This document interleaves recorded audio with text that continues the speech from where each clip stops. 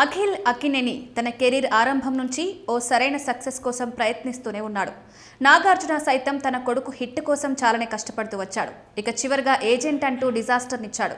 దీంతో చాలా గ్యాప్ తీసుకుని ఆచితూచి అడుగులు వేసి లెనిన్ అంటూ ఈరోజు ఆడియన్స్ ముందుకొచ్చాడు. మరి చిత్రం ఎలా ఉందన్నది ఓసారి చూద్దాం.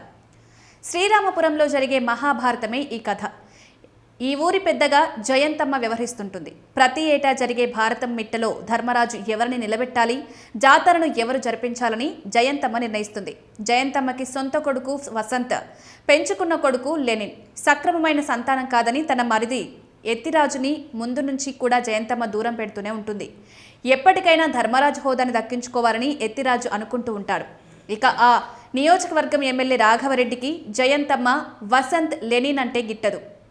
జాతరలో తన కటౌట్ని తీసి పారేశారని ఎమ్మెల్యే పగతో రగిలిపోతుంటాడు. ఊర్లో అందరికీ సాయం చేసేందుకు ముందుండేవాడు నీలకంఠం. అతనికి వైదేహి, భారతి ఇద్దరు కూతుర్లు. భారతి వల్ల ఆ ఊర్లో జరిగిన రక్తపాతం ఏంటి? అసలు లెనిన్ జైలుకి ఎందుకు వెళ్ళాడు? ఎతిరాజు తన చిరకాల వాంఛను నెరవేర్చుకున్నాడా? జైలు నుంచి వచ్చిన లెనిన్ ఏం చేశాడు?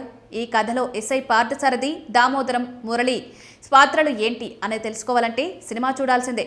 లెనిన్ కథ కొత్తగా అనిపించకపోవచ్చు, ఎక్కడో చూసామే అన్న ఫీలింగ్ చాలా వరకు కనిపించవచ్చు. చాలా చోట్ల దసరా, రాజా ది గ్రేట్, రంగస్థలం ఛాయలు కూడా కనిపించవచ్చు. కొన్ని ట్విస్టుల్ని ముందే గెస్ చేస్తాం, కొన్ని ట్విస్టుల్ని అస్సలు గెస్ చేయలేం. అక్కడే దర్శకుడు సక్సెస్ అయ్యాడు. ఏంట్రా మరి ఇంత రొటీన్గా సినిమా ఉంది అని అనుకునే లోపే ఓ కొత్త రంగు బయటపడుతుంది. ఇలా చాలా వరకు మనకు తెలిసినట్టుగా, ఊహించినట్టుగా సాగుతూనే ఉంటుంది. అయినా కూడా డైరెక్టర్ మురళి మాత్రం చివరకు తన మేకింగ్, టేకింగ్, కథతో అందులో పెట్టుకున్న ట్విస్టులతో అందరినీ ఆకట్టుకుంటాడు. ఫస్ట్ హాఫ్లో చాలా వరకు మనం ప్రతి సీన్ను ఊహిస్తుంటూ వెళ్తాం. మన ఊహకు తగ్గట్టుగానే ఫ్లాష్ బ్యాక్ సీన్ జరుగుతుంది. ఓ సీన్, ఓ ఫైట్, ఓ సాంగ్ అన్నట్టుగా సాగుతుంది. అయితే ప్రీ ఇంటర్వెల్ నుంచి ఇంటర్వెల్ బ్లాక్ వరకు అదిరిపోతుంది. ఇంటర్వెల్కి ట్విస్ట్ ఉంటుందని ఆడియన్స్కి అర్థమవుతుంది, కానీ ఆ ట్విస్ట్ ఏంటన్నది దాదాపుగా గెస్ చేయకపోవచ్చు. ఇక ఆ ట్విస్ట్తో సెకండ్ హాఫ్ మీద మరింత ఇంట్రెస్ట్ కలుగుతుంది. అప్పటికే అయ్యగారు హిట్ కొట్టేశాడ్రా అని ఫ్యాన్స్ సంబరపడిపోతారు. సెకండ్ హాఫ్ ప్రారంభం మళ్ళీ అంతా రొటీన్గానే సాగుతుంది. ఏంట్రా మనం ఊహించిన ట్విస్ట్ ఇంకా రావడం లేదు, అసలు రంగులు బయటపడడం లేదు అని అనుకుంటాం. ఆ టైంలో ఊహించిన ట్విస్ట్ అసలు రూపం బయటకు వస్తుంది. అలా ప్రీ క్లైమాక్స్ నుంచి క్లైమాక్స్ వరకు అదిరిపోతుంది. ఇక అక్కడ వచ్చే ట్విస్ట్లు కూడా బాగానే ఉంటాయి. సినిమా పూర్తయ్యేసరికి ఇదంతా పాత కథే కదా, చాలా చోట్ల చూసాం కదా అనిపించవచ్చు, కానీ పక్కా లెక్కలేసుకుని ఓ మాస్ కమర్షియల్ అంశాలను జోడించి మంచి ట్విస్టుల్ని పెట్టుకోవడంతో థియేటర్ నుంచి బయటకు వచ్చేటప్పుడు ఓ సంతృప్తితోనే వచ్చే అవకాశం ఉంటుంది. అయితే చాలా వరకు లాజిక్స్ మిస్ అయినట్టుగా అనిపిస్తుంటుంది. చివరకు ఎమ్మెల్యే పాత్ర ఎట్టుపోతుందో అర్థం కాదు.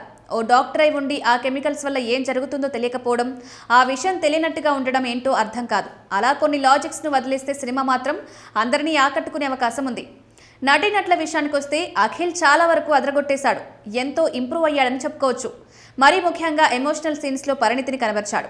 చాలా వరకు అతని యాక్టింగ్ మనసుల్ని హత్తుకుంటుంది. ఇక యాక్షన్ సీక్వెన్స్ అయితే మాస్కి ఫీస్లానే ఉంటాయి. భాగ్యశ్రీ మాత్రం ఈ సినిమాకి నిజంగానే సోల్. తన అందం, అభినయంతో అందరినీ ఆకట్టుకుంది. ఇందులో ప్రమోద్ పంచు పాత్రకి ఎక్కువ ఇంపార్టెన్స్ ఇచ్చినట్లుగా చాలా చోట్ల అనిపిస్తుంది. మనోడికి కూడా చాలా ఎలివేషన్స్ పడ్డట్టుగా అనిపిస్తాయి. తన యాక్టింగ్తో అందరినీ ఆకట్టుకుంటాడు. ఇక ఈశ్వరిరావు, శివాజీ, శత్రు, గెటప్ శ్రీను, బ్రహ్మాజీ ఇలా చాలా వరకు అన్ని పాత్రలు బాగుంటాయి. ఏ పాత్ర పరిధి మేరకు యాక్టర్ చక్కగా నటించారు. ఓవరాల్గా Lenin regular, routine, mass commercial template మూవీగా అనిపించవచ్చు. కానీ అఖిల్ కెరీర్లో మాత్రం లెనిన్ చెప్పుకోదగ్గ, నిలిచిపోయే చిత్రంగా మారే అవకాశం ఉంది. మాస్ ఆడియన్స్కి మాత్రం లెనిన్ బాగానే ఎక్కేసేలా ఉంది. కావాల్సిన పాటలు, ఫైట్స్, ఎమోషన్స్, ట్విస్టులు ఇలా అన్నీ ఉండడంతో ఈ వీకెండ్కి మంచి ఆప్షన్గా లెనిన్ను పెట్టుకోవచ్చు.